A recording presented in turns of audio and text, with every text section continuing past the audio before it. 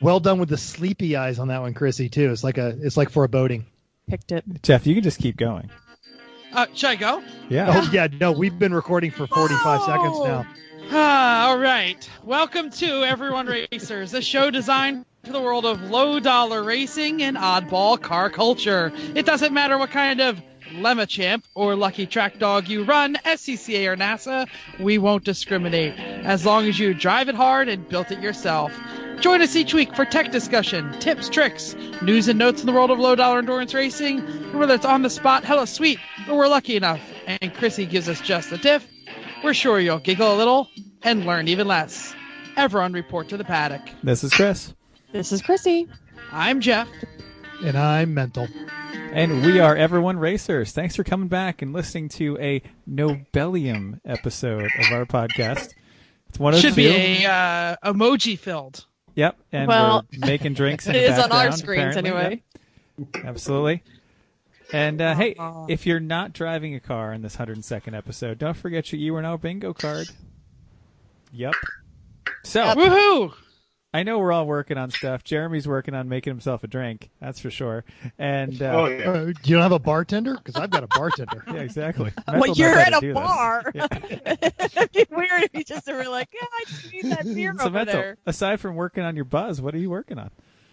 So we're still battling house stuff. I think I had the saga of up until I started the podcast last week. The answer was no, we didn't have a house. And as I left, my wife had negotiated successful. So we're waiting on getting the appraisal back and then just some other nonsense. And then the big thing is I finally got all these back ordered parts for the scooter that I dumped 4 months ago. So now it's got a proper brake handle, one mirror.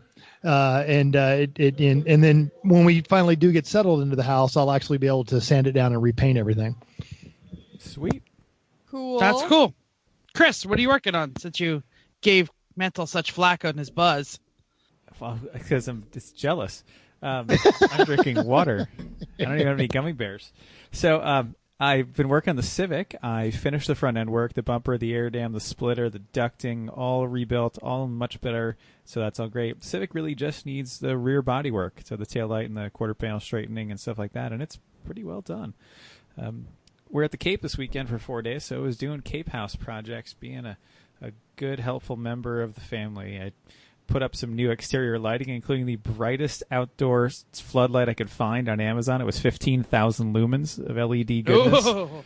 And it Two lights airplanes tried to land. up, Basically. it lights up the entire yard, the entire dock, the entire deck. We're Almost. just hoping that the neighbors across the pond don't come over and be like, or call us up and be like, turn that thing off. And by that, she means England. Yep. Sure. Close enough. Put up a railing, put up another motion sensor light. Got a new trailer for the boat. We talked about that. I got that set up to haul the boat properly because you have to adjust those things. They're not one size fits all. I had to pull the boat out, and then we brought the boat home to Pennsylvania because it has a whole bunch of things that it could use, and I'd rather do it here when I have all winter, summer, and winter, spring to do it than the one weekend and when we go up on Memorial Day and try to do everything so we can enjoy it up there. So, Well, that's good because now your neighbors actually understand that the trailer showing up wasn't just like a random item. yeah. Because Yes. you bought That's what's going to set the neighbors off at that house. I mean, they Yeah. don't Boat even. trailer. I don't They're think. out of their mind. I don't think they even asking. I mean, Not the giant for a dog equipped spectacle. car. Yeah, No. not the giant S&M SM. no. Not the No. Rolls Royce on jack stands. No. No. None of those things. No. The No. boat, the S10 that was here with the boat on Right. it a couple times randomly, and then then it left. No. Instead of the actually pretty nice Boston Whaler. So, yeah. Yeah. Oh, well. And the list of stuff to do on all the other cars is growing by the minute right now. So, yay. Do you want to Chrissy. tell what they are? Hey, Not but really. you know what? I mean- But my car. No, I don't, save I it don't want till to. you I don't want to burn actually do it. podcasts till I actually do it. But I just sat down on the whiteboard and started Fine. writing it all out, and I went, Oh. If Not to you're mention, using- we actually do have a lot of race results too this week. yeah. Oh, okay. So if you're using the whiteboard for the regular cars, you're in trouble. Oh, Yes. every single car we own is on the whiteboard right now. the Mazda shouldn't have anything. The Mazda's not actually. The Mazda's fine. Mazda No, got the inspected Mazda's today, the and it's new tires and Yeah, and motor mounts, which it's quiet and it's awesome, and I can't wait to drive it tomorrow. So that'd be awesome. Chrissy, Not on the list. Keep going. What Got else it. So, as Chris said, we had an awesome weekend at the Cape. And then I was also a productive member of society. Monday was not a very nice day. It was pretty windy and cold here. So I cleaned both sheds. So they're not even my sheds. I was just like, I'm just going to clean these sheds. And it was awesome. So I think they appreciated it too. So from there, I had to trek to Indianapolis for 12 hours, 16 hours, noon. I got in at 7. Anyway, decided to leave from Providence. So we left on Tuesday afternoon. Left for he dropped me off at the airport at Providence. From there, I went to Dulles.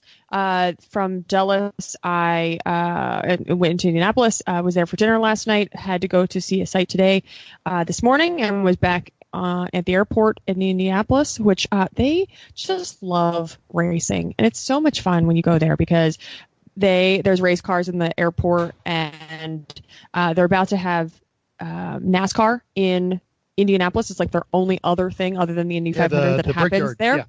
The Brickyard, yeah. So that's all they're talking about. It's on the radio. It's on the every television you walk into. It's everywhere. So they're very excited about it.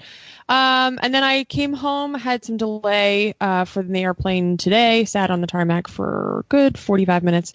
Other than that, pretty uneventful, which is great. So the lesson I'm taking from multiple podcasts is never be on a plane with Chrissy because you're going to sit on the tarmac. That's pretty much what it happened. No, I think it's don't fly into Philadelphia. I've never had a problem getting in or out of Philadelphia. I love Philadelphia. Maybe Philadelphia is my problem because I didn't have anything from Providence, Dulles, or Indianapolis, but getting from Indianapolis to Philly was a problem. Who knows? Or it might be me, but that sucks. But anyway, so I want to play a quick round of Guess the Rental Car game. Okay, we need more qualifiers than that. Was it an exciting rental, a terrible rental, or a... Give us a little bit of hint here. Oh. And Jeremy, join in on this one, and we'll introduce you here in a bit. Okay. It's Chris, you're not allowed to guess. You know what it is. I can give an answer. Oh, okay. Chris, give us a descriptor. Mediocre. Mediocre. Okay. Ooh, I'm ready. I'm ready. Go ahead, I'm gonna Chris. go with Chrysler product. Wrong. Ooh, all right, I'm out. Oh, I'm going for it's not exciting like a Mazda 3. No. I'm going to say it was high-end Korean. I'm going to go Sonata. No. No. Jeremy, any guesses? Jeremy, you're an expert at this. You rent a lot of cars. I'm, when it comes to mediocre, geez. I don't know. I only rent mediocre cars, so I just got a list of them. But actually, Mazda's kind of on the list there. Oh no, not you. That's No? like a curse word around here. Oh, Mazda. what? I had a Mazda 3. I know we love that. That's my daily. Mazda 3 I would have been super excited for, but was not an option. So it was an Altima. So Nissan. I I am would not have so- expected Nissan. So sorry. The absolute worst transmission in the history of bad so transmissions. that's what Chris says, but I literally drove her for 40 miles. So I basically just needed 39 it so I could miles actually, too far. well, it was fine. It did not strand me. I am not suggesting that we should get one, but I was not. So basically, it was either that or a Dodge Caravan. I had 5 Dodge Caravans to pick from. Somebody just took my F-150, and this one rolled up out of the cleaners, and I was like, I don't really feel like driving an SUV. Or I had a Santa Fe also as my option. So I was like, I really don't want those. So I went for the Altima, and it wasn't so bad. It'll function. It was function. The seats were comfy. The layout was fine. The display was good. It was quick. I got it up to 100 miles an hour. So I mean, and I wasn't even on a highway. Was this the 2.5 or the V6? They have a turbo now too. New one. It was probably. I'm sure it was a rental. Right. It's not a turbo. But it wasn't the worst. So I would say as a rental, not so bad. All right, because I rented one in 2015 and it was the worst. Yeah. I thought it was okay. All right. I'm done. All right, my turn. This is early in my multi-week hell that is the opening of a university year. And I have to say, at day 9 of 28, it's not so bad so far. I didn't have to go to camp. I'm not bit by bugs because the camp thing got canceled. I do have the next 3 days will be closer to 15 hours ish each day. Oh. Some are 12, some are 13. So that's when the I guess the tiredness is going to build. But as of now, I'm treating it like the beginning of a marathon. I'm taking my time and I'm feeling good. So the only thing I really had to do was sit around and talk to some crappy New York documentary filmmaker who had a lot of questions. No. And shop for Corvette tires because, as we mentioned before, my daily driver has no air conditioning. So I'm driving the wife's Corvette, which means I have no gumption to fix the air conditioning. And I noticed That's like the opposite of General Wakeman problems. that's true. You're upgraded. Weird. Well, I left on a cold morning and, like 70 because that's as cold as it gets around here in August. And all of the tire pressure monitors were yelling at me because they were low. And so, I stopped at the local Wawa, got myself some coffee, started pumping up the tires. And I really gave them a good look. And I was like, wow, that's a lot of dry rot. Yep. These are the original tires from 2007-06 when it was manufactured. Chrissy, So- would you please yell at him? So this- That's safe. What it needs is a good solid burnout to finish them off. Oh, I'm working on it. Yeah. Trust me, I'm working on it. And we need this on video. Sure. I will say that I was shopping in the 15% sale that Discount Tire Direct was doing for the Labor Day weekend, and I was between the Bridgestone Potenza SO4, and they had a Ventus V12 Evo 2. I don't exactly know what that is, but I thought that was interesting, and the Continental Conti Sport Contact Extreme, blah blah blah, which we all love. And I just decided that even the 15% on Discount Tire Direct does not beat driving to Delaware, getting money off because you're not taking delivery and not having to pay sales tax. Oh, it's a shame. I know So- somebody that was just there. I know. So I'm gonna get the Continentals and I'm gonna go down to Delaware and pick them up. So Good I choice. end up not ordering. Conti's on Especially- Chrissy's car honestly- are great now. So. Yeah, and I had them on the Boxster, and I feared no puddle.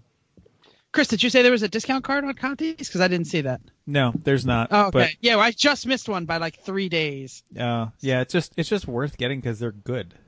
Yeah. That's all. Anyway, Yeah. Well, anyway, And as I'll say it. Hashtag they should totally sponsor us. They should totally sponsor us. Yes, they Um, should. Side shots aside for being a lousy filmmaker, we do have a guest with us. He has some sort of time warp behind him. It's either a Windows 95 computer or the flux capacitor. If you haven't already figured out, Jeremy Berger, professional in the film industry, filmmaker. He's been doing a lot of stuff. He's grassroots as hell. He really does belong, even though he doesn't know a lot about cars, or at least he didn't know anything about cars before he started hanging out in Lemon's paddocks. True. So, Jeremy, what you working on? I am chained to my desk editing full time. I've been going since about 4:30 in the morning, and I'm just going through a whole lot of lemon stuff. So much lemons. So Sorry. It's just, sorry. no. It's always it's always better to have more than you need than need more than you have. So it's a rocking and rolling time. But yeah, we're taking a look at hundreds of hours of footage at this point. We noticed you cracking a beer there. Was that a homemade beer? Is that one of yours? It is not actually. It is not. This is actually, and I'm going to go. I'm going to lose some respect in the brewing community because I do brew, but I'm actually drinking a non-alcoholic beer right now. Oh, It's Wow. You could have lied to us. I could have, but You probably should have. Oh, don't worry. Give me after I'm done with this one, I'm going for the full strength. that is a Full strength first for non-alcoholic. this podcast. Yeah. And by the Someone way- is choosing to drink a non-alcoholic beer on purpose. Well, look, I'm Yeah. just saying that if you're going to be doing a podcast about cars and you're looking for an alcohol sponsor, it's probably going to be the non-alcoholic guys who go for you. I mean, really, how good does Athletic Brewing Company, sound as a sponsor for you guys? I think we should do this. They already made one poor choice in brewing an alcohol-free beer, so why not make another poor choice?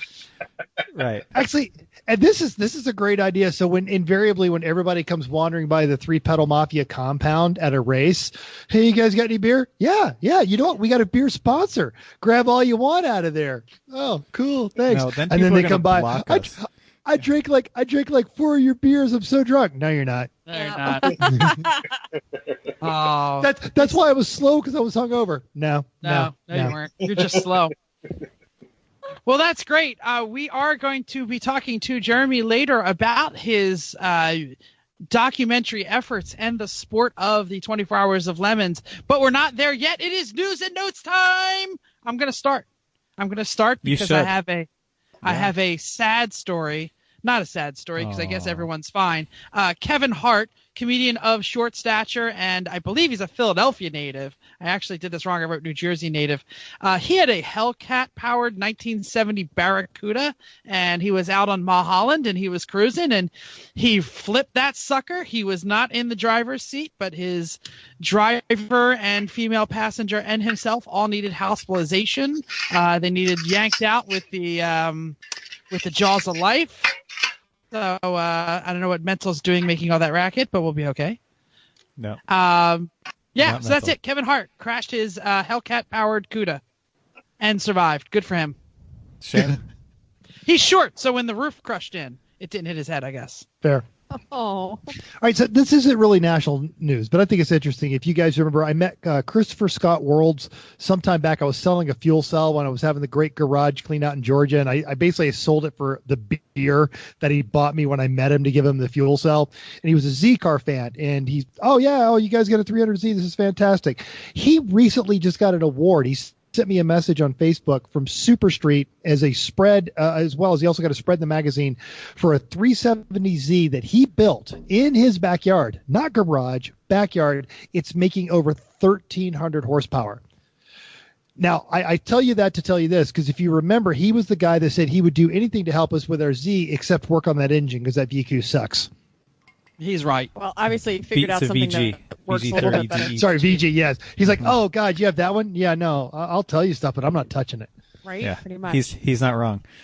Okay. Women in motorsports news. Sarah Montgomery made auto racing history at Global MX5 Cup. I'm not sure if you heard about this. It was the Portland Raceway last weekend. She is the first female in history of that series to finish on the podium in a global Mazda MX-5 Cup race. She did it on Saturday, and then she did it again on Sunday. So, hell yeah. Hell yeah. I worked with her at Atlanta Motorsports Park. She's based out of Atlanta. She works at the Porsche Experience Center, and she also used to teach the Drive Strong Clinic. And I talked with her, and she was perennially finishing fourth, and she just adamantly said, this is my goal for the years. I want on that podium. So that generally is really good to hear. Yep, it's pretty awesome. And it's nice to see that she made some history and women doing good things in motorsports. Awesome. Is that a Mazda ladder series? Do we know? Like, does she get to progress from that? No, we don't know. Keep going. They're all of them are hunting for sponsors. One of our we talk about on the show all the time. Andrew Pinkerton, he's in that series, and he's usually searching for some funding. It's hard. So more history. Bugatti announced on September 2nd that the Chiron hypercar has smashed through the 300-mile-per-hour barrier. The news is reported exclusively by Top Gear, which notes that the velocity was verified by the TÜV, Germany's Technological Inspection Association. That means Bugatti beat records previously set by SSC, Hennessy at 270, Koenigsegg at 284. Link in our show notes shows Andy Wallace, a Le Mans winner and Bugatti test driver, reaching a top speed of 304.7. That's crazy. Yeah, 304 miles per hour in a basically stock production vehicle. Holy I'm mostly cow. impressed at whoever made the tires that will last through that, because that is hell on tires. So I know the previous one, when James May did it, they said the tires last one session. They, one top speed run, and then you got to replace them. Yeah, well, if you have a Bugatti and a place to go 300 miles an hour, you can afford new tires. True. Racing results time, go. Absolutely. Speaking of folks that need new tires, Lucky Dog. Now, you can check out their awesome races, including the Rob Edworthy Memorial Race at Oregon Raceway Park, the Wild Dogs Grand Prix in the streets of Ensenada, to be announced. In Baja, Mexico, the Howl Oween at Portland International Raceway, or the Dog Days of Thunder Top Dog National Championship at Thunder Hill Raceway. But you got to act quick. Don't forget the third annual Flocktoberfest Endurance Racers Gathering in the Bay Area in October. How do you get in on this action? You check out racelucky.com. Now, as we recorded last week, literally as we were recording, they were running their sold-out Laguna Seca event, and we managed to handicap some of that stuff.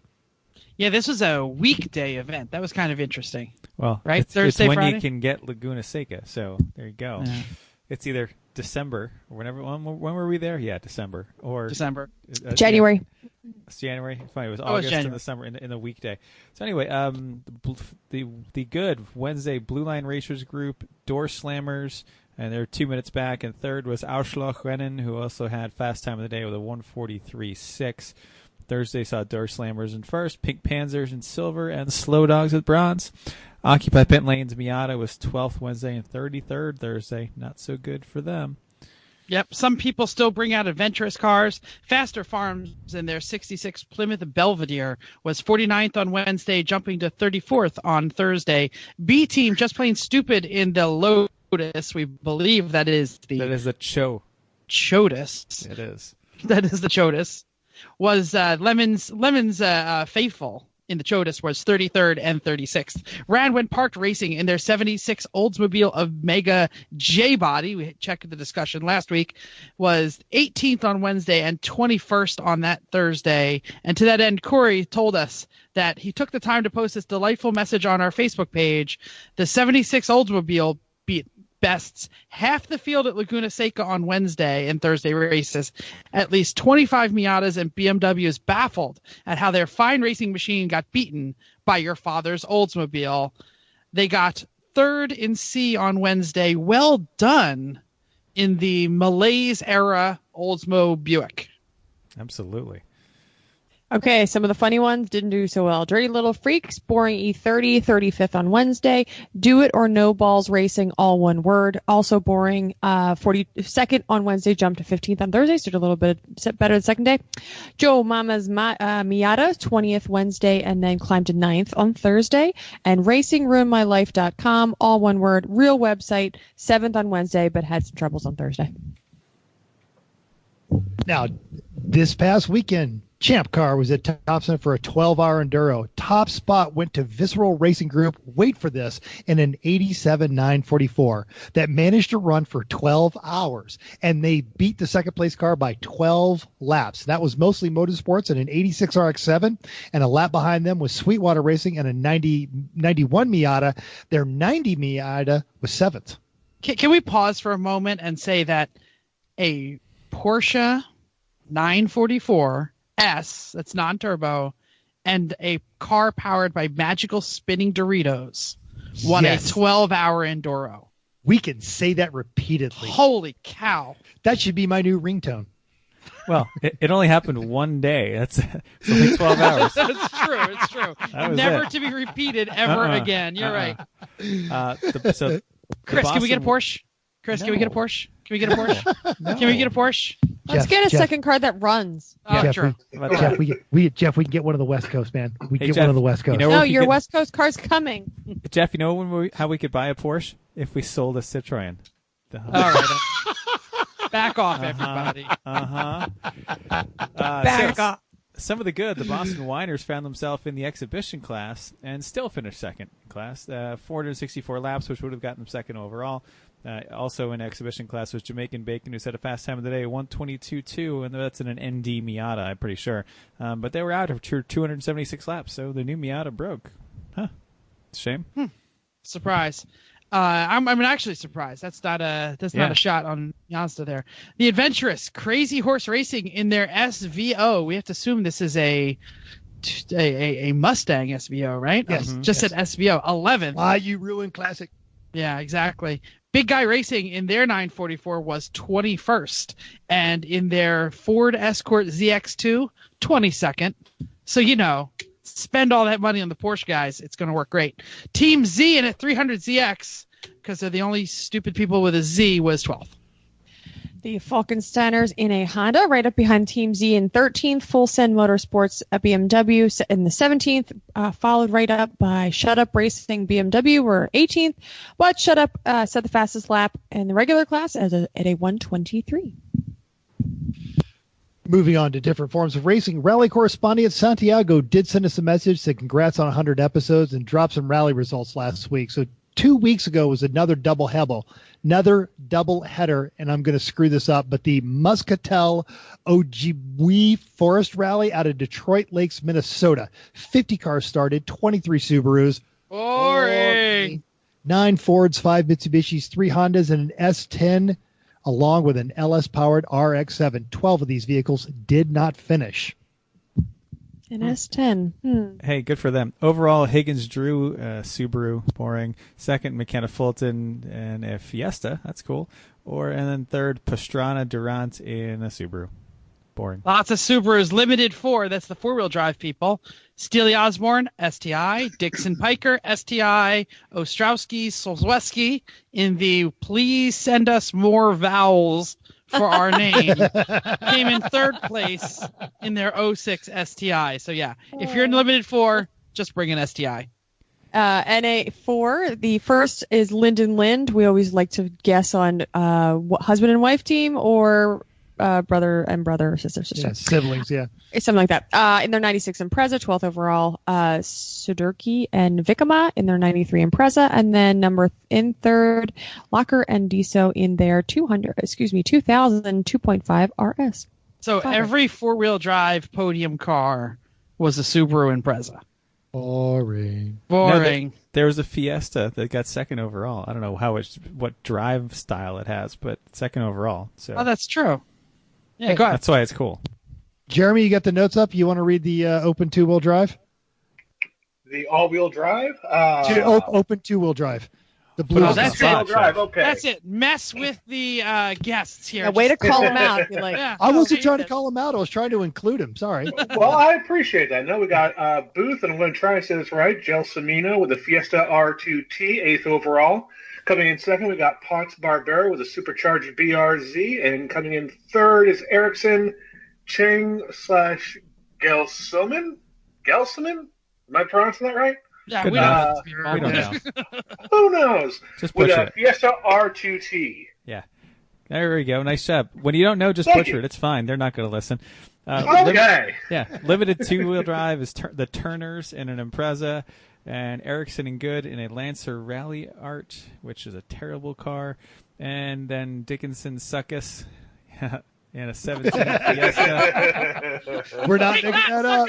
I feel so much better about myself right now. Oh, Lord. That's an awesome last name. Okay, so lots of fast cars broke. Seorn, the winner of the Idaho overall, crashed into a tree. Both the K-Swap CRZ and the Diesel Mark II Golf lost their oil pans. The Kosmakis in their white BRZ lost a direct injector seal and a DNF. Mason and Case in their Volvo 240 rolled at the spectator stage. Nice. What? Not the Volvo. Hopefully somebody has a good video. At least they were safe. If you're going to roll it at the spectator stage. Pretty much. So, take a show. So Tower City Race Team was Santiago let us know they have a freshly swapped LS RX-7. Good combination. They stole/borrowed Santiago's co-driver RJ for this race. They melted their shifter cable and only had 3rd gear for most of the event. If you're going to pick a gear, that's probably a good one to pick. Probably the right one. With an LS, yeah. I only need 3rd. So out of the West Coast, they had the Gorman Ridge Rally out of Fraser Park, California. They had 21 cars. 9 of them did not finish. 8 of those were Subarus. Boring. 3 UTVs, an Eagle Talon, and 1 Suzuki Swift. Overall, Verdier and Stax in a Polaris RZR, a side-by-side. This is like Like what you bring your tires and gas in to the pits. All right, good for them. Brown and Brown and an Impreza RS and Hatch and Graybo and a Fiesta. So the next one is the Waste Management Susquehannock Trail Performance Rally in Wellsboro, PA, which is a mere 3.5 hours from E1R Central. It happens to be September 13th, 14th. Santiago is going to be there gunning for class. We will have links in our notes and hope good luck. Cool. Absolutely. I've attended that rally. It's a good time. Now, I apologize if we're missing any upcoming races. We will get the results, but I just did not have time this week to get any upcoming stuff. So I'm sorry. We'll have to move on to listener feedback. Chris, tell us. Hey, we had iTunes reviews. It makes us so iTunes! happy. If only Jeff had his trombone, he'd play you a song. You can ask him next time you see him to play you a song, and he will. And you'll love it. So Brian M. from the We Like the Tuna Here team dropped in and said, had the pleasure of meeting the crew at Thompson while we were walking around, handing out crustless tuna sandwiches. Great bunch of people, love the content. Slowly making my way through the older stuff. I'm sorry about that, Brian. We'll get better. Great bunch of people, love the content. If you keep making it, I'll continue to listen to it. Also, rocking the stickers on the, quote, race car and the Crap Can Daily. Looking forward to future episodes and racing with you. I mean, getting your way on track in the future. Thanks, Brian. GMOG and buddy Dan Giesla said, Dan G was I not supposed to say his last name. Great podcast. Love the multi-series race previews and recaps, especially the parts where you talk about my super boring BMW doing V8 donuts with a camper on top of it. So we actually like that car. Keep it going, guys and gal. 100 episodes in, still listening. I wouldn't think of going anywhere else for crappy race car content. He also added in a personal message, since it's very important, my last name is pronounced, Gillis. Is it Gillis or Gillis? It's Gillis. He wrote that. Are you reading it? I know. You could pronounce G-U-Y as Guy. As Guy. If you were feeling French. What's with the stripy shirts? I don't know. A hat is okay, but what's with the stripy shirts? I'm going to go with Gillis. And it doesn't rhyme with any lizards. When you guys talk smack about my team continuing to practice in Wiener stepping, that's my fault. Oh no, it's actually my fault because I've been calling him Gila since like 2003 when I met him on the GRM board. That's what happens when you don't have pronunciation next to your last name. So anyway, get this, XX Speed headed to Midwest next weekend, Raceway Park at the Midlands, as well as Nelson's Ledges road course on that same weekend. They're off to Pacific. Yes. Eric Rude just had a stroke. I know. I like it. They let people drive Lambos at Nelson Ledges with no experience. How many chicanes do they put up there? I mean, that is frightening. You mean so if you want to go insane, yeah, absolutely. Yeah, that's the way to go. Go to Nelson's Ledges. And they're off to Pacific Raceway, followed by Portland International. Make plans to ride with Mental. Pay extra if you did not want to do that at Wild Horse Pass in Arizona this November. December is going to join you at XX Speed at the Driveway in Austin, Texas. Choose your car, choose your track, choose your date. Remember to use Everyone Racers and get yourself 25% off Extreme Experience. It's your turn. Awesome. So I spent the weekend with our guest. I spent a day last weekend with our guest, and he claimed to have listened to maybe a couple of podcasts. So maybe he knows what's coming up next. This is the time where we say hi to our very first listener. Do you know what I'm going to do, Jeremy? I don't actually know what you're going to do. Oh. That's okay. That's okay. No we're cookies saying for hi Jeremy. No cookies for Jeremy at the next race because he didn't know to say hi to Chrissy's mom. Hi, Chrissy's mom. Hi, or Chrissy's if we're mom. honest, Hi, he probably gets extra cookies so that he'll always remember to say because that's just how Chrissy's mom thinks. Probably what it is. Maybe so. I mean, to be fair, you never told me that there were cookies to begin with, so I didn't exactly, I would have been prepared for that, big guy that I am. That's true. So tonight we are talking about motorsports in media, the TV, the big screen, the small screen, and all the screens in between. How come nothing gets a guy more excited than a car movie? Even non-kart people have eagerly been awaiting the recently released The Art of Racing in the Rain. As usual, for every Bullet or Le Mans, there's about 12 Fast and Furious sequels. Worse yet, a crappy Cannonball movie. Why do we have to put up with all this junk? Never say that again. TV hasn't had a great car show since Magnum PI. Fight me, all right? Reality TV seems to be unable to make anything watchable out of grassroots motorsports. Let's do some reviews. Let's talk to our expert. He's been trying to translate this thing we do into watchable content for like 3 frickin' years at this point. Oh, yeah. Filmmaker Jeremy Berger. Is that how you say it? Since I pronounced Burger, either works. Which one is it? Are you It's Burger. It's Burger. Are you a meat sandwich? Okay, meat sandwich.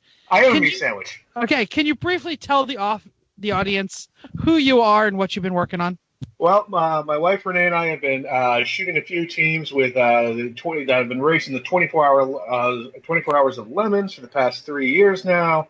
I've been following these schlubs. They call themselves like 2-tier like mobsters or something like that. I can't remember their names. But then there's also Team Far from Winning and Great Globs of Oil, and just been having a great time trying to just document this event and bring it out for other people to see, and hopefully, be able to introduce people to racing in a way that maybe they haven't experienced before. But we can get to that in a bit. Yeah, that's awesome. I do have to say that I got a little sneak peek on Jeremy's phone. Mm-hmm. He wasn't supposed to show it to me, but it was fan-frickin-tastic. And I am actually, as someone who has a degree in media, check it off your bingo card because, yes, I did reference my college degree. It was fantastic. So that was the part that didn't have us in it, I'm sure. No, we were in it. Well, then it can't be that good. How much clothes do we have on? At which point? I don't know. Yes. Oh. Well, let's just say that, since Marvel movies have basically infiltrated every single aspect of our lives, stick through the credits for the tail scene. Ooh. Excellent. Yeah, I wouldn't be nearly as excited about that as you are, Jeff. Nice. I'm very excited. I'm also very excited to see the major motion picture that's out, but I've been working too much. So I believe Mental has seen The Art of Racing in the Rain. We talked about the book several times. Why don't you give us your Siskel and Ebert on it? Folks, you need to go see this movie. And this is the great thing. I'm going to be a little sexist here, and I apologize.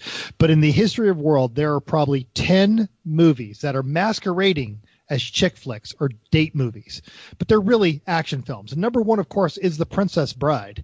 It pretends to be a fairy tale, but it is a wonderful action feature with Andre the Giant, for Pete's sakes.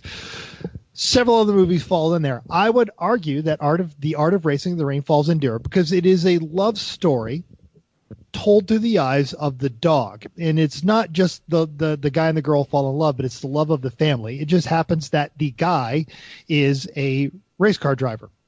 I still challenge anyone I know to read the first 2 pages of the book and not start crying. And if you don't love animals, and maybe you don't have a heart. They did a really good job. Obviously, whenever a book gets made into a movie, you're going to lose something in the translation just purely for time's sakes, and there's so much that you just can't put onto a screen. They did a great job. Kevin Costner is the voice of the dog, and he is damn near perfectly cast in that role. It's really, really excellent on that one. It's a great film. It holds a lot of Easter eggs and little nuggets for people that do race cars or who like racing cars, but it's not a racing movie. Chrissy? I have not seen it, but I did love the book. And if you were listening to our book episode, that was the easy one that I chose as my favorite book, especially as a racing book, but one of my top favorite just books in general. Not my question. I was wondering if you think it will translate okay to when it comes out on some way to watch it on my TV screen. We are pretty much the worst people of going to the movies. So I'm pretty sure we can hold that standard. So I was wondering if you thought it would be okay if it's I don't know how you get it, if it's not on Netflix or something like it, but DVD. Yeah, like Apple movies, all that kind of stuff. Yes, absolutely. You should absolutely watch it. I enjoyed the big screen. There's a scene with a really old Ferrari Testarossa in it that, of course, I was one of 6 people in the theater, and I was the only guy that cared about the car on the screen. They do an excellent job. Turner Motorsports was in on part of this, and some other very famous IMSA teams actually helped film part of it. So I appreciated seeing it on a big screen, but you lose nothing going to a small screen, and I think they did that on purpose. I will say that I saw a brief making of behind the scenes where they talked about doing the production at the IMSA race. Yeah. And Jeremy would probably enjoy this. It was right on like the IMDb page, and they talked about the complexities of having an actual race at an actual track at an actual race weekend and trying to squeeze in quick throughout this film car in this between these practice sections so that they could, get some footage and things, and how they were going to edit together and make it seamlessly look like it was at the IMSA race and he was driving a Turner car. So I don't know how it turned out. Mental, go ahead. John Frankenheimer, who Jeremy knows because he's a film guy, did that back in 1968. They renumbered Formula One cars to go along with his script.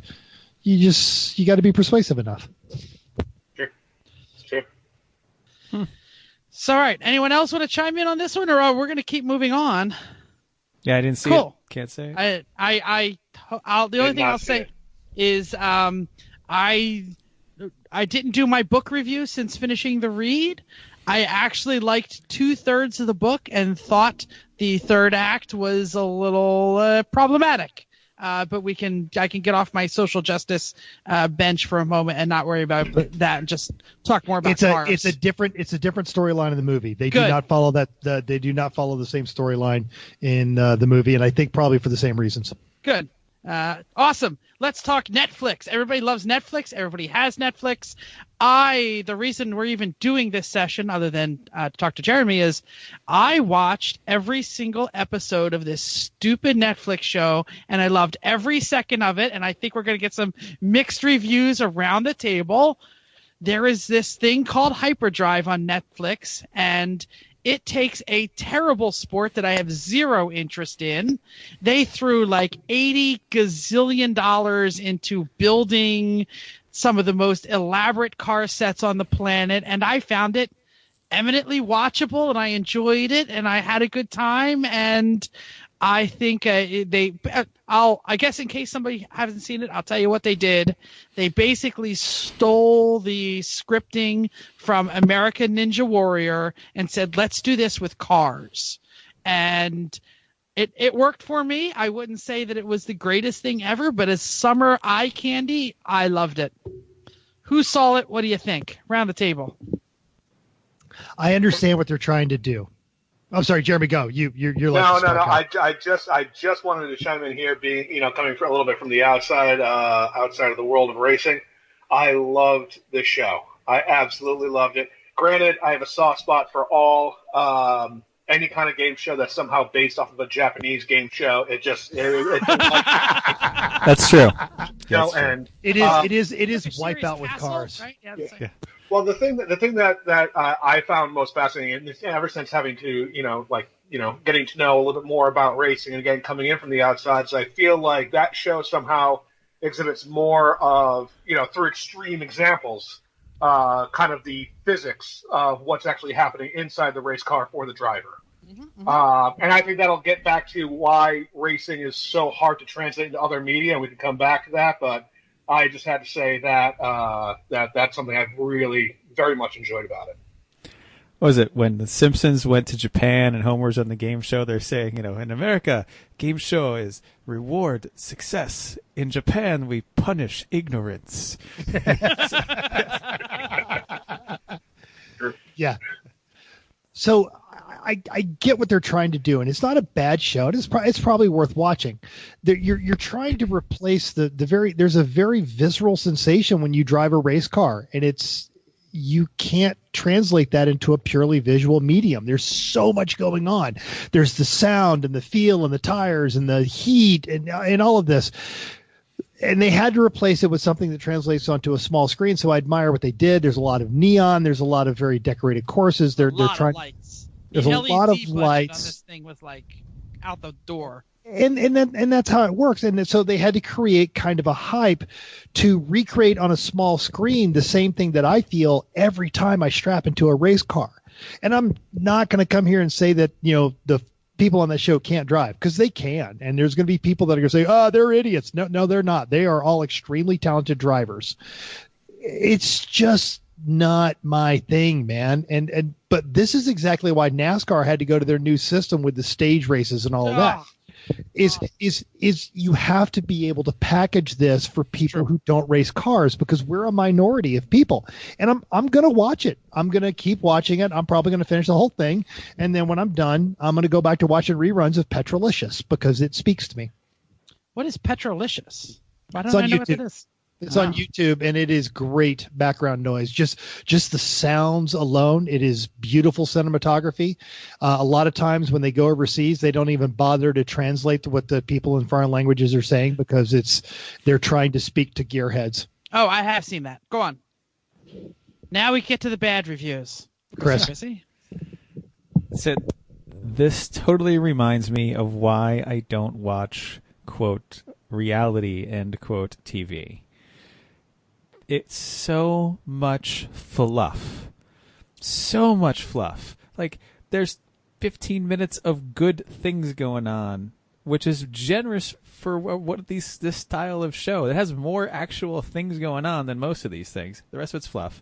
The drivers are genuinely very talented, though. They really are. It's obvious of that. Rutledge is decent. The rest of the hosts are bad, especially that UFC guy who is just awful and has no business being on the show. That was your bigger problem, that you found out who he was, and you were just like, you're UFC. Like, you just punch people in the face. Why? What can you possibly think that you're going to give this show? Like, you're like, Rutledge, you're legit. Okay, we know you. Ultimate and the girl, kick, punch, like, and choke championship.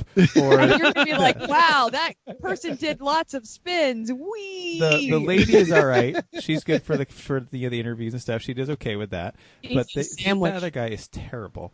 I'm not a fan that it's all drifting and stunting. Like, okay, just hooning about. Sure, I would love to drive in it. Like, that would be fun. Okay, but there's. I think we all agree that we would all, like, if they said, hey, we got an open seat, we would all be like, oh yeah, I'm totally going. Yeah. I'm not going to watch that episode, but I'm going to drive it. So there's no front wheel drive. No, cars. we would watch it. So I don't know what I'd even bring. Right, the Mercedes. Hey, a stock Mercedes. No, but yeah, no front drive cars. So that limits the. Can't do a Citroen. No front drive, because it's all just drift crap. Like, I can't do a little donut in the box thing in anything that's not anyway. Yeah. It's based on a sport that we have no desire, and this sport of drifting is not something I ever would have given 10 minutes. And I think that's part of the brilliance of the show, is it almost makes it a real sport. Like, it's almost like an old Gymkhana right now. Yeah, exactly. But if they got rid of some of the drifty elements and just made it speed based, then it would be like, better. It'd be more interesting. But it's easier to do the shift, the thing on the closed course. You can't make it like, it's not a racetrack. They do it in like a parking lot. So it's easier to do drifting in circles in a little box. And that's what the challenge is, rather than actually taking it to the racetrack or a drifter it creates a lot of drama too in a very tight space. So you don't need a lot of cameras to get that. And now I'm going to go and say right now, I actually love drifting. I am terrible at it, but I've done it a handful of times, and I will totally do it again. I just don't have the budget and the time to devote to another fragment of motorsports. Or for the tires that it takes. Right. All right, you done? Yeah, Chrissy, go. Okay. I didn't realize you weren't. You're not going to watch anymore. Anyway, also not a fan. Sorry, not sorry. I just keep thinking of, like, who is the target market? I guess it's people that wish they could race a car but don't. So let me do cool spins, and I can't do it in a parking lot, so I like watching other people do it. I also just didn't have a good time. The thing that I did enjoy is that they have a whole lot of women that are represented, and some of them were very good, and that makes me very happy. So I think it wasn't quite equal, but there were plenty of women, and they didn't make them look inferior. And we watched one or two episodes, and then we skipped ahead just to see if it changed or if anything got better or the course was different. And I'm pretty sure, as far as I watched, there was a woman who was doing pretty well. So that makes me very happy. I'm good. Also, I wanted to add in here as this my side note, is that Jeff likes videos about little bears. So who doesn't? Or little cats or dogs. Don't watch cat videos. Dog videos, yes. Dog videos, fine. Okay, so your reviews are not necessarily great about what you like to watch on the internet. Just saying. Everyone who has a media degree in this podcast right now, raise your hand. That's one. That's two. I watch dog videos all the time. Right, exactly. All right, I've got a philosophy degree. I watch dog videos all the time. There's actually a network. bears. There's a network on. It was Little Bears. That was the last one. There's a network on broadcast on Tana TV called TBD, and they call it television for people who love the internet. So this brings up the really good, the real crux of the discussion, and maybe we just throw it right to Jeremy first. But I think so. Okay. Yes. Why is every attempt at making Lemons or any car racing stuff, why is it that it makes bad TV? Okay, I've got some thoughts on this, which I may or may not have, kept to myself to every single person I've run into today, and to you guys in particular at any given time. I'm going to start this off with a little bit of a story. Years and years and years ago, in my senior year of college, I was on a talk show. This talent scout for a show called Forgive or Forget with Robin Gibbons ran into a tattoo parlor where my friend was working at the time as a piercer, looking for anybody who had a problem with the way that they looked and was wondering if they were willing to be coming on the show. My friend, I don't want to say he was the weirdest looking guy there, but close. He said, I don't have anybody like that in my life. And he said, you know what? It's TV. Lie. So he gives me a call, and I get offered $100 to go into this show. Long story short, I do end up forgiving him because he's my friend. I have to walk through this door and everything like that. But every single time, from the time I walked into the stage to the time that I actually appeared on camera, I had two producers at my side the entire way telling me everything to say. Don't you think that he's having things being taken away from his life by his appearances? Don't you think opportunities are being taken care of him? Just like walking me through all of this. And that's what I think, that's one of the problems I think that anybody walking into Lemons and trying to do that kind of same thing, trying to increase that human drama through whatever fake means necessary, is going to run up against the wall, which is you guys like each other. You guys support each other. I think, if I were to sum up, and I could go into numerous examples of this, but like if anytime you tell somebody with a camera to go into a sport, they're going to look for that competitor versus competitor story. And if you break that down into like what I would argue is one of the greatest sports movies of all time, like, Rocky, Lemons Racing is kind of like Rocky, but before, Rocky and Apollo can beat the crap out of them, you land Godzilla right in the middle of the rink, and Godzilla is the car breaking down, the weather of the track, the experience level of your teammates, et cetera, et cetera, et cetera. It's almost like instead of the competitors have this much bigger thing to beat before they have to beat each other. And sometimes that gets thrown under the rug. So that's what I think it is. And also I'm coming to understand it as more of an outsider that there's a lot more involved in racing than just going fast. Like I think on our second shoot with you guys at Connecticut on the morning of Sunday, not that I'm giving away any spoilers here of a potential movie that might be coming out, but Chris, in a world where we start on Sunday. Well, no, you had said we absolutely cannot win this race by going faster. And for somebody coming from the outside of racing, that statement just makes zero sense. It just cracks the world open underneath you. I was like, wait, faster is everything. So I think there's a lot of misunderstanding when it comes to racing and the different types of racers amongst the, communities of people who would be in the market to watch some type of televised entertainment about racing. And I think that kind of ultimately feeds misinterpretations on it on the production side, because the production just wants to make things that people are going to watch. And they think everyone wants to watch, faster guy goes over finish line, not faster guy and team work for years training mind and car to survive the onslaught of 24 hours of just punishing endurance. Does that make sense? That definitely makes sense. Okay. I'm flashing back to, I think, the original conversation that we had by phone before you came and started pointing cameras at us. We have been to a few places and seen a few crews and a few less understanding people who are still trying to make that reality show where people yell at each other.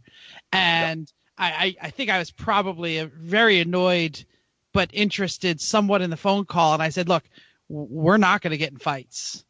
There is not going to be any human drama. We are all going to like each other. And the most drama that it's going to be is like, hey, who forgot to turn on the lunch?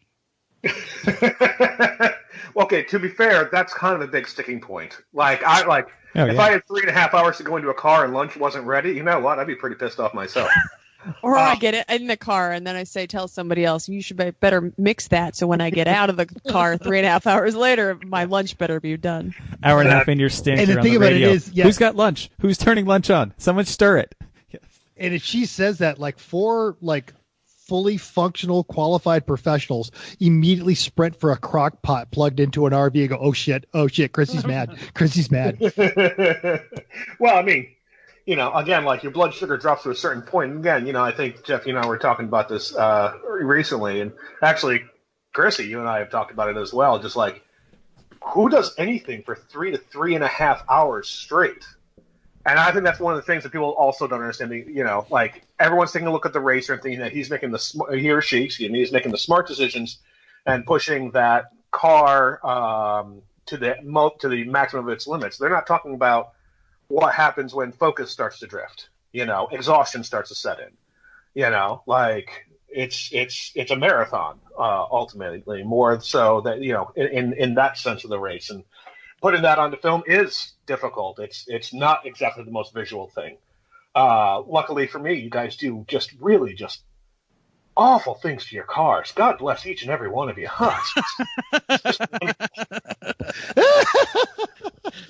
Well, I want to throw the same question to everyone. What is it? Why is it that everything on every attempt to make this interesting has failed? Anyone have any other thoughts? Or go ahead, Mental. You got something? Racing makes for terrible media, and we know this because so much of it is beyond two-dimensional. I was racing 2 summers ago with a team at National Corvette Museum in AER, and before I tell that story, I want to throw this out there. Who here has ever seen me get out of a functional race car? I bring it into the pits, see me get out of a functional race car in a bad mood. No, you go in a bad mood, but I will go in a bad mood, but I never get out. I've seen you come out in a bad mood. NCM. No. I came out of the car in a great mood. I was in a bad mood when the car broke. Go on. Finish your story. It goes nowhere. Right. We can't wait. Right. This is my thing is so much of everything that is happening in that car is impossible to put into a two-dimensional device.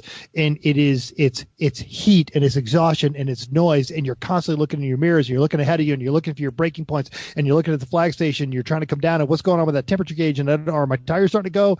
And I love it. I love the chaos of it. I love the absolute insanity of every moment that is in a race car. And I jumped out of this car at NCM, and I was in this great mood. And another one of the teammates was really stressed because they'd just gotten out of the car. And the team principal had to pull me aside and go, for everyone who's not called mental, being in a race car is an exhausting and stressful experience. It's noisy. It's hard. It's harsh. And you're having to pay attention to all of your senses constantly while doing complex geometric equations of how fast is this car coming up on me? Are they going to be there when I go to make my turning point? it doesn't make me any better that I love it, but it makes me a lot happier. And you can't put that in a two-dimensional medium. And so many very talented people have tried, and I think they're getting better at it. But the shortcut is to make a bunch of fluff and put a bunch of cool LED lights and make the cars go sideways in a tighter course rather than try and expose what's going on with the speed. If there's one thing I'm kind of excited for, and I would like to see somebody else take this on, because I'm kind of got, a lot of stuff going on right now, but I'm kind of curious what, the burgeoning world of VR would have to say about racing. Like actually putting a VR camera, they're just getting smaller and smaller and smaller, putting that into a car. This way people can kind of be immersed in that experience. It'll still never make it 100%. You're not going to feel centrifugal force taking a bend around, looking through a headset, but you see that car. You can if you get a seat that is just like a race car. I'm working on that. Okay. I'm not. I got a company that's working on it. But yeah, that's one thing that I think would definitely help that cause, if you will. Well, and I'm going to say that I'm going to throw an actual prop to NASCAR and the NASCAR coverage. The sport is stupid. Competition will cause whatever yellows. This can all go take a crap in a hat, but they can ruin your hat. I'm sorry. That's not the point. The point is that their coverage, and I'm sure they have bazillions of dollars and thousands of cameras at every single event, they really do show the cockpit really well.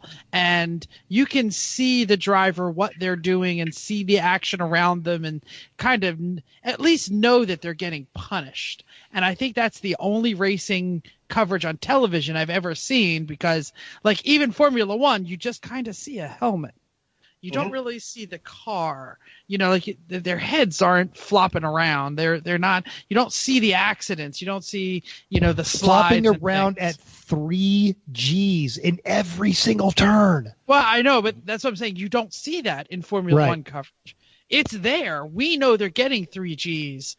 I don't even know what 3 Gs feels like, because our cars won't do 3 Gs, So Mental says we got 2. All right. Well, Mental would know. He's wearing flight pants as we speak. But I think the punishment of the 24 or 48 hour endurance race is not seen, and I think that's the part of it is. Every time I say, oh, I drove for 3.5 hours this weekend. They're like, oh, no big deal. I drove 6 hours to Boston once. It's not the same thing. That was a haul. That was actually. Having been in Boston traffic, it's not far off.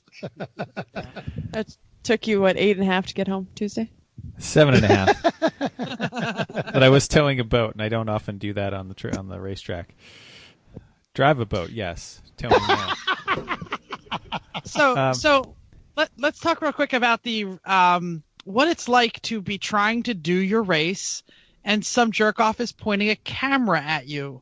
I think we've all had this experience, not just with Jeremy. We've all had, I've given interviews to some major minor media outlets at some of these races. We know that Chris and Chrissy, because we talked about Jesse Combs last week, was on the list. Mental, I'm sure you can give some experience, but what is it like when they're trying to film you and you're trying to do your race? Round the table, go. So I typed this out. Jeff makes fun of how pretty my hair is, but whenever there's a camera around, and it's not just the co-host of this podcast, everyone on Three Pedal Mafia goes, oh, you need to go talk to Jeff. And I just come back to, you know what, Jeff? We can't all be you, man. Yep. Well, we don't have that degree in media that he talks so much about. So we didn't raise our hand.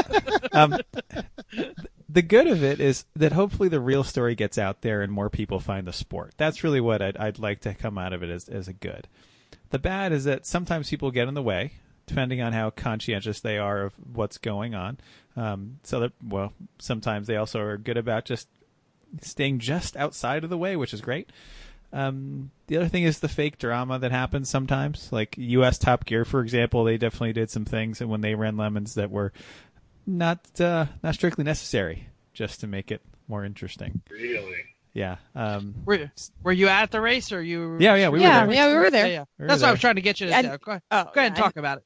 No, it wasn't like anything massively overt, but like they definitely overdrove the car on purpose, kept it going even after it was slightly broken on purpose, like did things that were not good just to make it fail more and be more drama than Like, they could let's have. break the car, let's get a penalty because that'll be good footage. Yes. Yeah, and I had forgotten about US Top Gear and Lemons. I had forgotten that they were there. So I was thinking I'm also in the same boat, making sure that what I would say Rutledge was cool though. We talked in the bathroom. He's a nice guy. that was at one lap though. Yeah, that too though. I've run into him a couple places and he's a nice guy. Because you apparently He's a stay, Civic like, fan. So like to pee next to him or something. That's yeah, weird. I guess so. I'm on the same boat, making sure that we're not being fake. I was thinking that, and this goes into, I think it's worse, especially with Lemons, to not make it that it's misrepresenting what Lemons is. I think that's a big thing that we're constantly battling, that makes it look like we're not legit racing because there's funny cars and everything's not just black cars with white numbers and fancy BMWs that are going fast. The Civic was in second and it looks like Godzilla, but we're legit. And the people that win, the last BMW that won the last two races that we've been at is pink and purple stripes. So how do you represent that without looking fake and make it like it's not legit? Also on the list, I was thinking about the guy. Name is escaping me. The guy who was on the list was. Oh, I just watched it the other day too. Yeah, he went. Patrick he went or off, something? Patrick. There you go. He went off course and he made them make him, strap himself to his roof and drive around. While a penalty, while funny, I think it was their first, and they probably didn't need to do it. So it's one of those. They're showing that this is what could happen.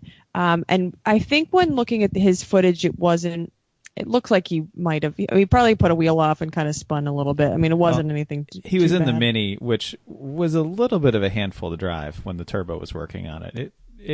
It would bite you quick if you did anything wrong. So, anyway. Interesting. Metza, do you want to add anything specific other than I'm the man? I mean, I do want to say that we make fun of some of the more camera desiring people out there. I'm trying to say this in a nice way. There are people who will do anything to get in front of the camera, and including make an ass of themselves, including the cheeseburger on top. Yeah. But there is a bit of look at me in this sport, or else we wouldn't strive to have the best costumes. We wouldn't be shooting for the IOE. We wouldn't be doing that. We wouldn't be doing media interviews. We wouldn't be doing a podcast. We wouldn't have said yes to Jeremy in the first place. So, even though we always say we won't alter, we definitely aren't afraid to put in a more outrageous costume to make ourselves and our competitors happy. If that happens to be good for the camera, even better. I think that, Jeremy, you probably see this more than anyone here. That falls into what you're willing to do in a crowd because it's funny versus what you're willing to do on camera. And there are any number of television shows. What's that traffic court show on True TV where you introduce a camera and all of a sudden everybody's trying to be the next Paul Senior. Yeah. Versus being a goofball in front of all my friends who'll be like, that was funny, mental. And so it goes both ways. Yes, we're all willing to be, and I'm sorry, I cut you off like 4 times. No way. We're all willing to be goofballs for our friends. I just don't know how much of us are willing to, exactly sell our souls as soon as you put a camera in my face. I mean, I think that there's definitely like a line in the sand. Like the wonderful thing that I love about Lemons, given the, and I know people love throwing this word around a lot, and I'm just throwing it out there because it's what's coming to me right now. But the almost to a certain degree like punk nature of it. It took a look at one thing that had a very specific dynamic that was etched into the limestone of racing history and current racing culture. And said, you know what? We're going to do that, and we're going to do it in our garages and in our backyards and with a group of friends. And if it grows, it grows. And if not, it's great. But as long as we are authentic to where we are. And once you put anybody inside that kind of dynamic, a little bit of, flair or, is really just a part of that event as a celebration. Whereas, I've been in a number of situations that wasn't even like this, where, people see a camera turn on them and they themselves turn on. And that's a completely different scenario. And it's one that I'm very thankful I haven't seen at Lemons, or, haven't seen with you guys. In the South, it's what happens is everyone runs to the camera to describe what the tornado sound like when it came through the trailer park. This is the reason Cops as a TV show exists. I'm about to get arrested. I should take my shirt off. Absolutely. Bath salts! Oh God. And for those of you not watching at home, I just took my shirt off. And it's not fun. For those of you not watching at home, a prayer is sufficient.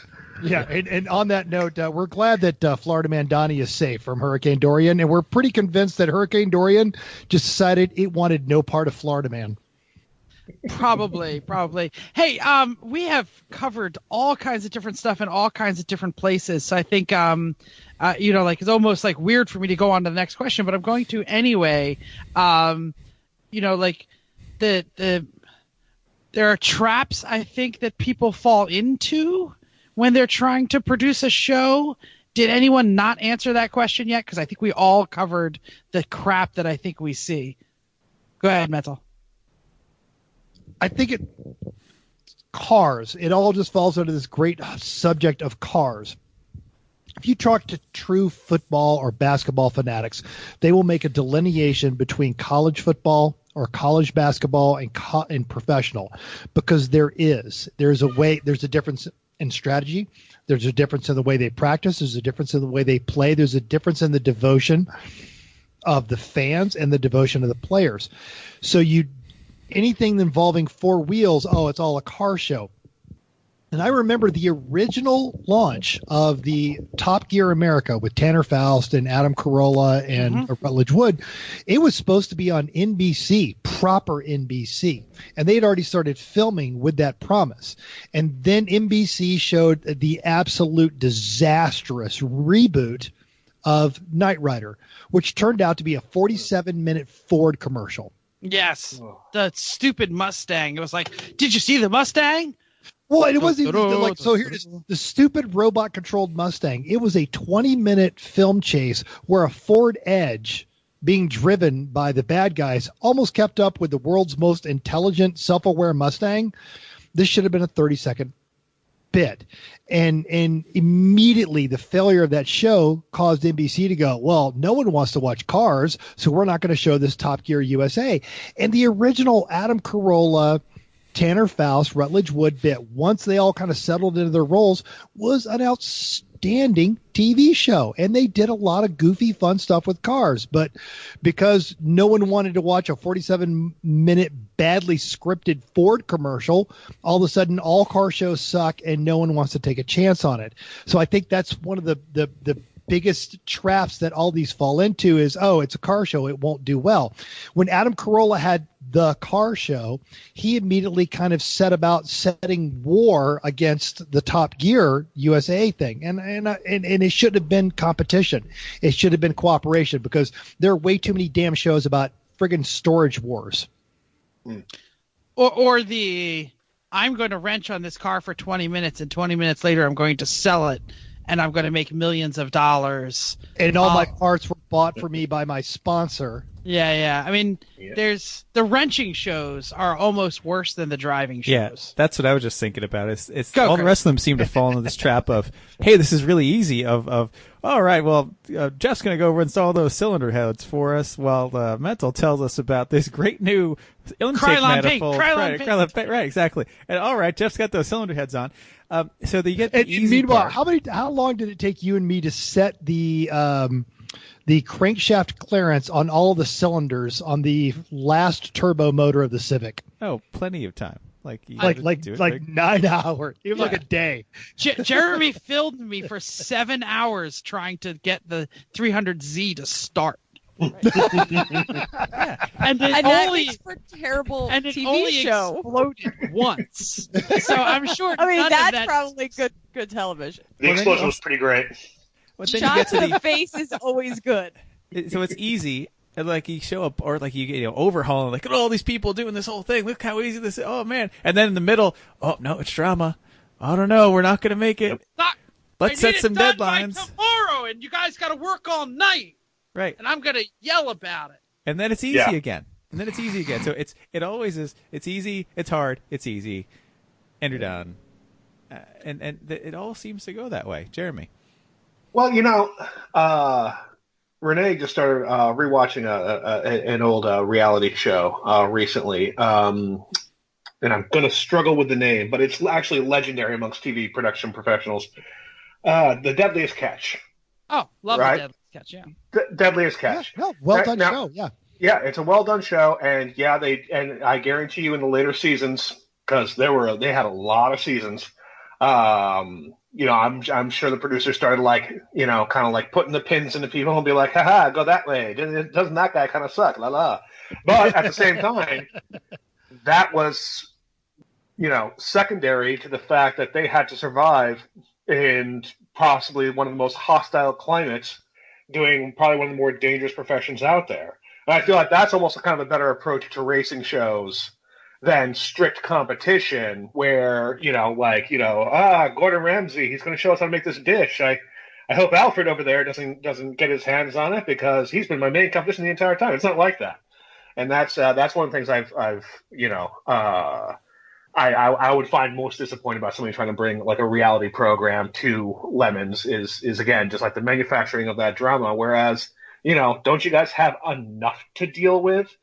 You got cars that, in some cases, if you didn't pull from the junkyard itself, most of the insides did. And look, this is Yuri's part of the film, of course. Yeah. Don't forget Sasha. You say that like he would be upset with us for saying that. No, he'd be like, yes, so I know. Yep. So I was off getting a beer, and if I'm out of order, I apologize. Jeremy, you mentioned earlier about, my 7th grade literature class where it's got to be man versus man or man versus nature or man versus self. And the problem is racing doesn't fit into that. Not without manipulation. And that's going to always remove the honesty of what's going on. I watched a documentary last year about Steve McQueen, how he lost his entire empire trying to film Le Mans, the movie. This is a movie where 47 minutes go by before any meaningful dialogue is spoken. Mm-hmm. And he's trying to do all of this acting with only his eyes while actually driving 200 miles an hour. And it was either a moment of delusion or a moment of understanding. But while I was watching this documentary, having seen this movie 100 times, I understood what he was trying to communicate because I race cars. And he was trying to put that onto film, and he was limited by his medium. Yes, absolutely. Yeah. I mean, like, ultimately everything, I or any of these guys do has to fit into a 16:9 box projected onto a flat screen. Again, I'll never feel the at best we can approximate what it feels like to take a turn at 60, but I can't make, you get up to 3 Gs. I can't stop the audience from breathing. Yeah, what's even worse than that is even if you found a way to understand what it feels like to take a turn at 60, understand what it feels like to take a turn at 60, and the guy you're trying to run down or the girl you're trying to run down takes a turn at 62. Mm-hmm. Yeah, MSS. Nemesis. Yeah. I think we've all seen the bad Is there good content out there, and where is it, and what's the future if there is good content? I'll go first because Chrissy already made fun that I like to watch Little Bear videos on YouTube. I honestly think that the what Jeremy said earlier about the guy in the backyard who's pointing the camera at himself and who's making it just for his friends, whether it's a podcast or a film or a YouTube channel, is where it's at, because there is no pressure to make drama that's not there. There's no pressure to finish in half an hour. There's no pressure honest. to edit. It's It's real. honest. And where it lives right now is on YouTube, because any idiot can point a camera at themselves. Yes, there's 1,000 shows where they're rebuilding Lambos, but there's also lots of really good content out there. Case in point, I already mentioned the Corvette that has 2006 tires. It also has a 2006 radio that doesn't work. I can't change the frickin' channels. I had to listen to conservative talk radio on the way home the other day. Oh, no. So sorry. So funny. I But are you said buying an AR-15 yet? no, and I said Feel the I hate wonder- flow through you, Exactly. Jeff. I said, I wonder how hard it would be to change the radio in a C6. In 30 seconds of searching, I found someone doing a step-by-step walkthrough on everything that he was doing with links to what he was going to buy. I made a purchase based on what this guy says. That's exactly what the advertisers want, but they don't have on television. But that YouTube guy had it because he said, oh, yeah, and I did I put in the GM for blah, blah, blah, blah, and he said the model number. He says, this is what makes the steering wheel controls and the alerts work on a GM car of the day. And I was like, I've never heard of that. What is that link? I hit the button. I looked at the notes. I saw the Amazon link. I purchased the part. That is where the future is. Bam. Because anyone who sells a good used car, make sure that the steering wheel controls work on their aftermarket stereo. Say like a 1999 Land Rover. That was pretty cool for the day to make the aftermarket Alpine stereo work with the 99 Land Rover controls. It was pretty cool for the next 18 hours while I drove that thing across the United States, too. I loved you for it. Yeah. Well, and you're so right. I know that I have. I was not thinking about this. I like your idea. Why YouTube is great. I have learned more things on how to do things from YouTube. One of them was grouting a floor when I was home and I had time, and I learned how to grout a floor. Also, but I know the Mazda different years and versions have some challenging cabin air filter placement. Oh, yeah. And it is difficult to get to them. And I have watched a video on replacing both of them because they are difficult to get to. So I like this idea because sometimes you need it. I'm going to use my next point and then go back to other. First of all, isn't unboxing videos your next favorite item? No, I don't watch unboxing. My son watches unboxing. Okay, fine. I almost did an unboxing when I just bought a new printer because the printer. I didn't. I thought about it because I didn't even know unboxing videos were a thing until you brought it up. Anyway, my actual thing is, so we were talking about the good content on YouTube, or where is the good content? So in a not so sober Saturday evening, we're sitting on the couch. We're like, okay, we need to watch some racing, or Google or put in YouTube car videos or racing videos or whatever, and instead we've just kept stumbling onto boat fails. And so now boat fails are great videos. Oh, I love Absolutely. boat fails. We watched way too many boat fail videos. So that's my answer. I feel like YouTube kind of feeds our addiction too. They're like, oh, you like boat fail videos. Here's giant jet ski ships. fails. Yeah, here's giant ships being launched into the ocean fails, and all of that kind of stuff. Or when the cruise ship runs into the deck and runs over people that are running away from it. Oh, so good. Jeremy is YouTubing boat fails right now. He's looking down at his keyboard, and looking at the screen. I can neither confirm nor deny what you just said, sir. So way back in the day when Speed Channel was still Speed Channel, they had the Tuesday. It was Two Wheel Tuesdays. They had a bunch of different motorcycle shows, and some of them it was just product placement nonsense. But Jason Britton, who is a really kind of one of the pioneers in the stunting realm of motorcycles, had a show called Superbikes. I used to love to watch it, even though I wasn't interested in a lot of what he was doing, because he approached the show with such enthusiasm. There was no hate in anything Jason Britton did. Jason Britton would show up at a Harley rally on a GXR 1000 and be like, this is really cool, man. They're out riding. They're out doing stuff. And one of my favorite episodes is he was with Scooter Jensen, who was the only AMA wild card a number of years ago, back when AMA came to the United States. And he blew a motor in practice. And Jason Britton went, well, Suzuki loaned me this brand new GXR 1000. Let's just rip the engine out of that. And they threw it in there, and he finished like mid-pack, but it was just this honesty of, I appreciate what this guy's trying to do.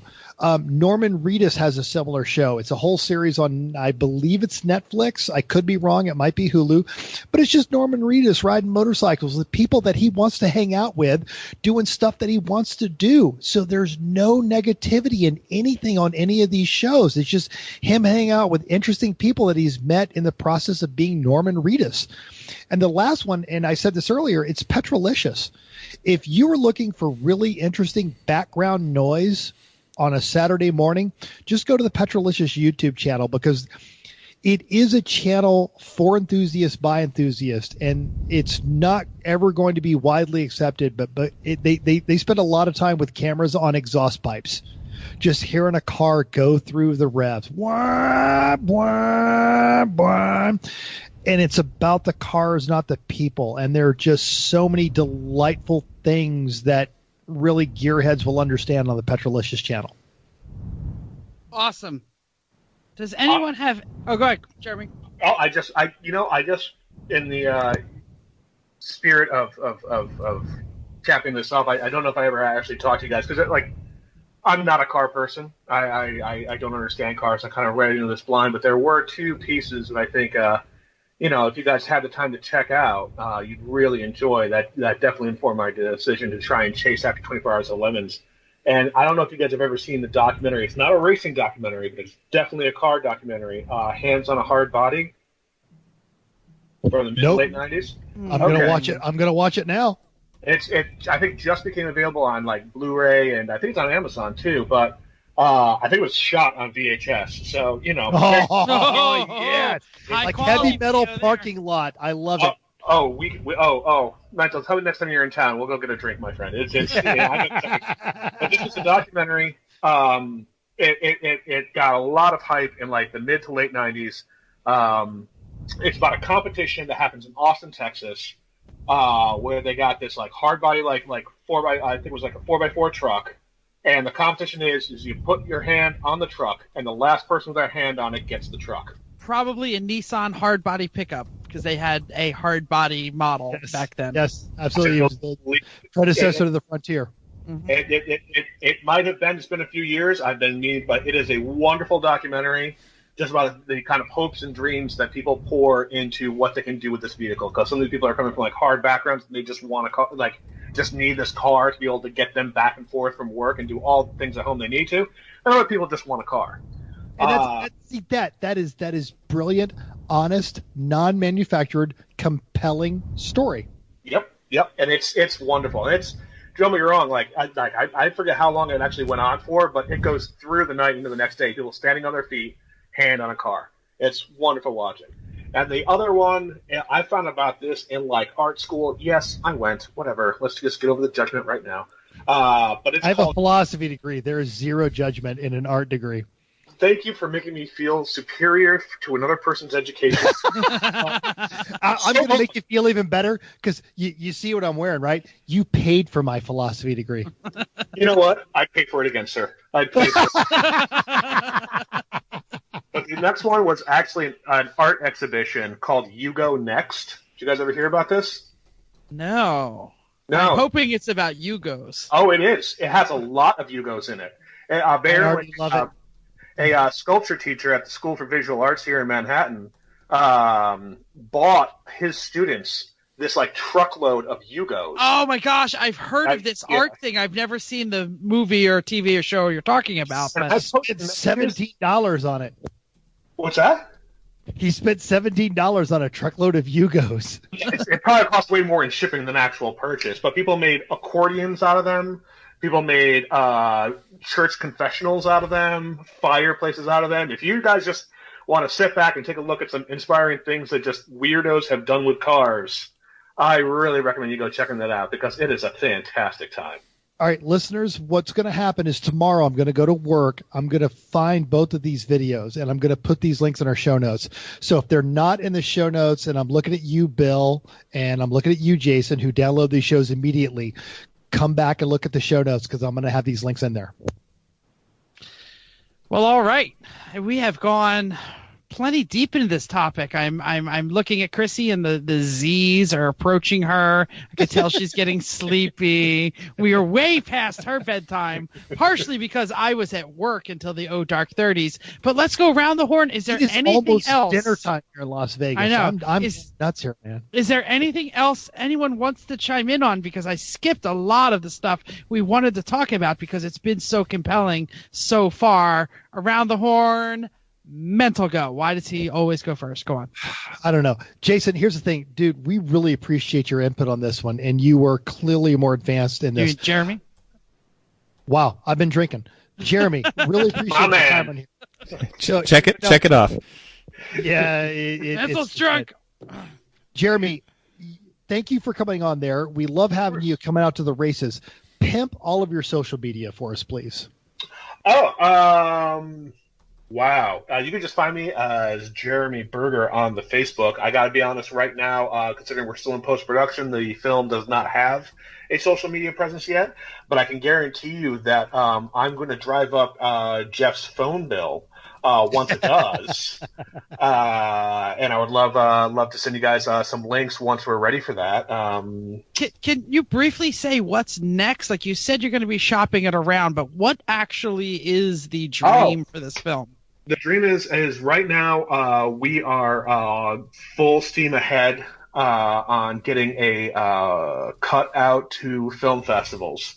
And once we have our film festival premiere locked in, that's when we're going to start getting real noisy. And I will have more information on that after I edit this thing, probably cry a little bit, and just inhale an incredible amount of caffeine. But yeah, once we're good, I'm going to be getting loud. We're going to pimp this like Hank Hill pimps protein. There you go. And then for those of you who are not in the film world or haven't played for this, what are the likelihood that it gets selected? I mean, how much time might go in between you submitting and maybe actually having that premiere? I so wish I had a solid answer for you.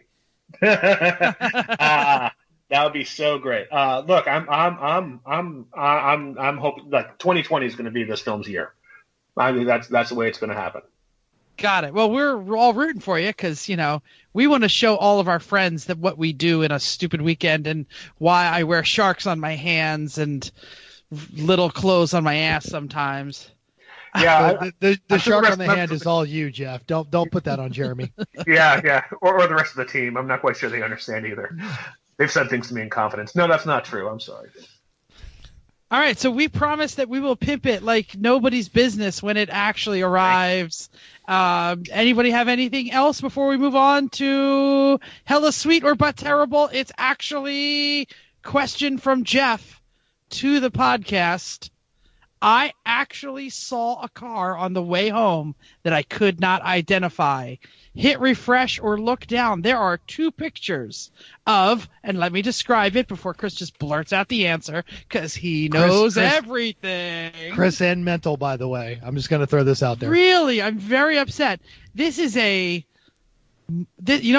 what I'm going to describe it as. I'm going to describe it. We're going to put the pictures on our Facebook and Instagram right after the show so you can go to the Facegrams and see it. To me, it looks like an American company tried to build a European car, and like GM Australia, we took this car and we threw some other badges on it. It's 4-door sedan, big wheels, big Brembo brakes, big dual tips, sounded like a V8, had some fender flares, looked kind of sexy, but kind of also looked a little bland, a little four-door-ish, a little Q-ship, and I'll say that the badge on this thing is a lion. Chrissy. Chris. It's a lion holding a ball. A lion holding a beach ball. So Holden, you say. It must be a Holden. Say that again. Holden, Wow. you say. That was my Wow. best guess. My Holden. best guess was a Holden. Fascinating. That's I like why how you- said Australian GM, because that's what I was actually guessing. I like how you described it. Also, custom plate. Yes. Chris, you wanna burst his bubble here? It's a Chevy SS, which is a Pontiac G8, which is a Holden Commodore, Holden Monaro, and this guy has the Holden badges on his Chevy SS. But So those taillights are all wrong, aren't they? No, those are the right ones, and which is also sold in a slightly different form as the Caprice Pursuit police vehicle, which some of them have V8s, some of them have V6s. Yep. But So is this an actual Holden, or this is a Chevy SS that's been rebadged? It's a Chevy SS with a guy who has an eBay account. It's Yeah. like And you know this because it the says Isuzu Hombre. SS. Yeah. Yeah. Like legit. Yeah. It's really just we just bought the new badge. And the sellout is the SS badges that he left on the back of it. Yep. Yeah. But you could get it. You could get a large, comfortable sedan with a LS3, I think it is what it is in those. And LSX. well, And the Chevy SS version is the LSX. all right, and the 6-speed. You could get a 6-speed manual. They're great for gnarly burnouts. Yes. But yeah, they are kind of boring looking, and GM completely did not support them in any way, shape, or form. There was no advertising. There was no nothing. Here's a car. And 3 people bought it. 2 of them put Holden badges on it. This guy and the other guy. Go on. It's a shame because it is a brilliant car. And I would also add that our sponsor, Extreme Experience, this is what they use for their lead cars because the Evos could no longer stay in front of the supercars. So they bought a series of Chevy SSs and modified the wheels ever so slightly, but everything else was up to spec. And I've personally taken a Chevy SS and outrun a Dodge Hellcat. Well, I didn't think it looked that big. I thought SSs felt bigger, but maybe that's just because the Pursuit PPV is actually a stretched SS. And they're pigs, but they're fun pigs. Well, awesome. Anything else for the good of the order? Jeremy, thank you so much for being with us. I'm trying to figure out why my music isn't playing. Check it off your list. Did anybody sell a car? I'm just asking for, general issues. No, I wish I No. Damn it. No one sold a car. brought a I guess boat home. nobody got bingo, but we did talk all about this sport we love and why it's terrible on a screen, a 2D screen, we now know, because it doesn't show anything of the G-forces. But thanks for downloading us. Thank you, Jeremy. We hope you enjoyed this week's edition of Everyone Racers. We also hope you'll join us in the world of driving, racing, and building, because everyone can be a racer, even you. If you enjoyed this podcast, subscribe. It is totally free. Then go to iTunes and give us a 5-star rating, just like Dan Guylis. Did I say it right? I think Someone so. help me out. We'll Woo, find woo. out. Even if you hate us, give us 5 stars and tell us why. If you have any questions, show ideas, drop a comment on the Facebook page, Everyone Racers, or email us at everyone.racers@gmail.com. Find us on Instagram or Twitter at Everyone Racers. Thanks again, and until next week, keep the shiny side up. Unless somebody's pointing a camera at you, then just go ahead and flip that sucker over. Join us next week.